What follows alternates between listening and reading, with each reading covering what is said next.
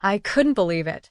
My husband, Ryan, was at the airport, waving goodbye with that forced smile, while I stood frozen in our living room, clutching the anniversary card he had left behind. The reality hit me like a punch to the chest. His mother, Marlene, had orchestrated this, sending him on a business trip on our first anniversary. Every detail of our day together had been ruined.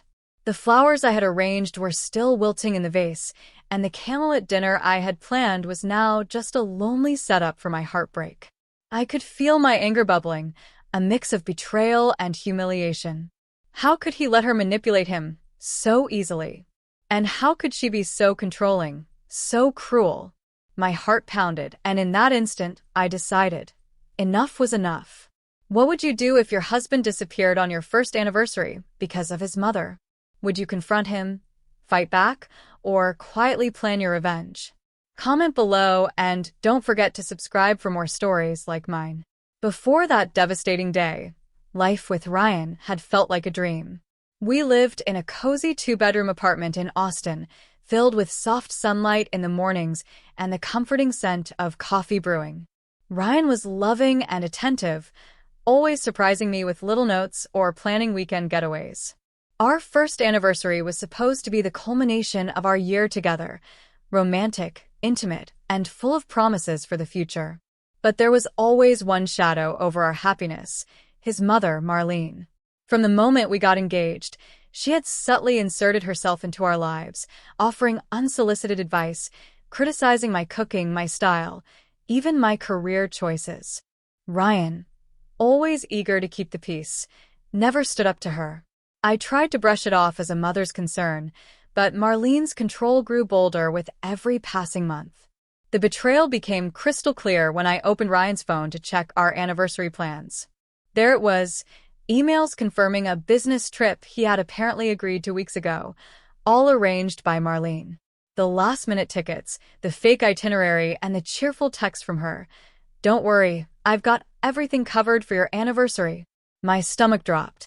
I realized he hadn't planned to surprise me. He had been manipulated into abandoning me. The person I trusted the most had let me down. I sank onto the couch, trembling. How could someone I loved so dearly allow themselves to be puppeteered by such a controlling woman? My hurt quickly turned into anger. This wasn't just a minor annoyance. This was personal. I knew I couldn't let Marlene get away with it. Something had to change. The next few days were a blur of silence and tension. Ryan came home briefly before his trip, apologizing with that nervous smile, but I could see he wasn't fully sorry.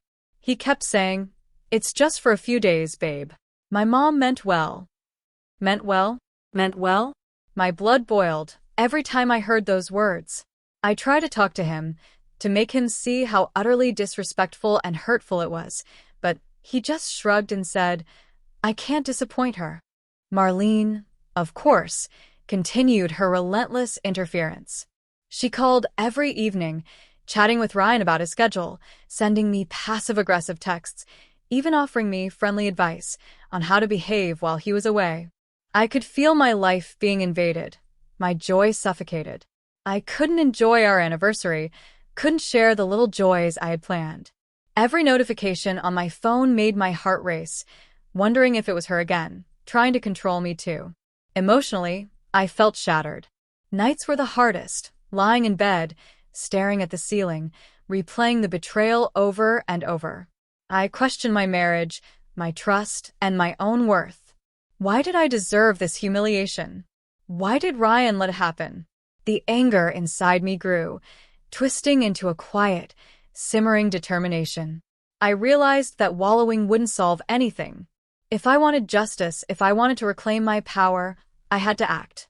I began noticing small patterns in Marlene's behavior, her overconfidence, her reliance on manipulation, her pride in always knowing best. These traits weren't weaknesses, but they were vulnerabilities I could exploit. I sketched out scenarios in my head, silently planning, quietly watching, waiting for the perfect moment. For the first time, my pain started to transform into purpose.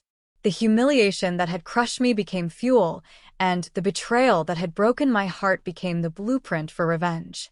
I wasn't just angry anymore, I was ready. Ready to turn the tables, ready to expose Marlene's control, ready to make Ryan see that loyalty to her over me was unacceptable. I started quietly observing, taking mental notes of Marlene's habits and weaknesses. She was meticulous, proud, and convinced that no one could outsmart her. Little things began to stand out: how she bragged about her influence over Ryan, how she flaunted her control, and how every action was calculated to maintain her superiority. I also noticed Ryan's patterns: how he avoided confrontation with her, how he hesitated to speak up, and how easily he folded under her subtle manipulations. If I could reach him, show him the extent of her influence, I could tilt the balance in my favor. Every day, I collected small pieces of evidence: texts, emails, even recordings of her boasting, without her noticing. I let my anger simmer, letting it sharpen my focus. At night, I visualized the moment when she would finally realize she was no longer in control, when her arrogance would meet consequences. I smiled quietly to myself. Marlene thought she was untouchable, but she had underestimated me. Soon, I would ensure that the tables were turned, and that justice, in my way, would finally be served. The night I chose was Marlene's charity gala, her favorite stage to show off, surrounded by neighbors, church friends, and people who admired her grace. She would be irresistible there, perfectly coiffed, practicing her sympathetic smile, convinced everyone hung on her every word. I bought a ticket and planned my entrance like a director staging the final act. I arrived early and slipped into the room with a calm I didn't feel. Ryan was there, caught between honoring his mother and reading the tension in my face.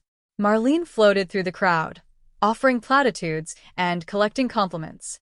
I waited until she'd climbed to the podium to accept yet another fake compliment about motherhood and family values.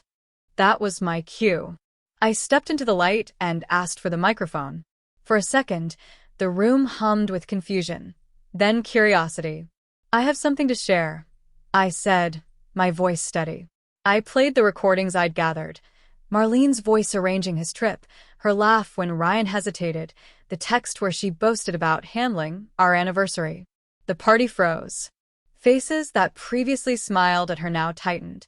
I watched Marlene's expression shift, first disbelief, then color draining from her cheeks, then rage as her control slipped away in real time. She tried to interrupt, tried to call it a misunderstanding, but the evidence spoke louder. Ryan's eyes met mine. There was no escape for him this time. He saw the truth not as he'd told himself, but clearly, painfully. Marlene's supporters murmured, betrayed by the performance they'd applauded for years. She stumbled through denials until even her closest friends looked away. When I finished, I felt something enormous uncoil inside me, anger loosening its grip, replaced by a fierce, quiet freedom. The humiliation I'd carried became hers, and as she retreated into the crowd, I realized it wasn't just about vengeance. Standing there, with people looking at me differently now, not with pity, but with respect, I felt reclaimed.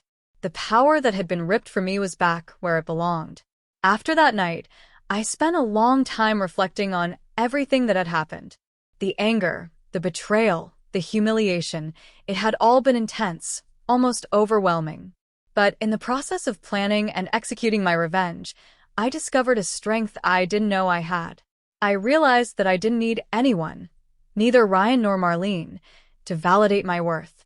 My power came from within, from my ability to stand up for myself, to reclaim control over my life. I also recognized that revenge, while satisfying, wasn't just about punishing Marlene. It was about reclaiming my dignity and asserting boundaries that should have been respected from the start. I learned that people who try to control others are often afraid of losing influence, and they exploit weakness when they see it. By confronting her, by exposing her manipulation, I not only liberated myself, but I also forced Ryan to see her true nature and his own complicity. Through this experience, I understood the importance of trust, communication, and self-respect in a relationship. I saw clearly that letting someone else's control dictate my life was unacceptable. The lesson I took away wasn't about holding grudges. It was about being vigilant, strong, and self-assured. I realized that life isn't about letting others write your story. It's about taking the pen back and ensuring your narrative reflects your values, your integrity, and your power. Revenge had given me closure, yes, but more importantly, it had given me clarity. In the weeks following the gala, life gradually returned to a new normal, one that I had shaped for myself. Ryan and I had long, honest conversations. He finally understood the extent of Marlene's manipulation and acknowledged the mistakes he had made by letting her dictate his actions. While our relationship wasn't perfect overnight, the honesty and accountability that emerged brought us closer than ever. We set boundaries together, making it clear that no one, not even family, would interfere with our marriage again. Marlene, on the other hand, faced social consequences she hadn't anticipated. Her friends and neighbors saw her controlling tendencies for what they were, and her carefully cultivated reputation began to crumble. She tried to reach out, to justify herself, but I stayed firm. I realized that closure didn't require reconciliation. It required me reclaiming my space and my life. I also discovered personal joys I had neglected while caught in anger and disappointment. I resumed hobbies I loved, spent quality time with friends, and even traveled solo for the first time in years. I felt lighter, freer, and more confident in my own skin. The humiliation that had once seemed insurmountable now felt like a distant memory. Most importantly, I understood that empowerment isn't about controlling others, it's about reclaiming your own life. I had turned a painful betrayal into a lesson in resilience, strength, and independence. Every time I looked in the mirror, I no longer saw someone who had been wronged. I saw a woman who had taken her power back, and nothing, not even a controlling mother-in-law, could take that away. Sometimes revenge isn't about hurting someone, it's about finding yourself again. I realized that standing up for myself, reclaiming my dignity, and setting boundaries were the most powerful acts I could take. Life is too short to let others dictate your happiness, and strength often comes from the most unexpected places, like the fire of betrayal. I want to hear from you. If you were in my shoes, what would you have done? Have you ever faced manipulation from someone close to you, and how did you handle it? Share your thoughts in the comments, and don't forget to subscribe for more stories of resilience, empowerment, and unexpected triumphs.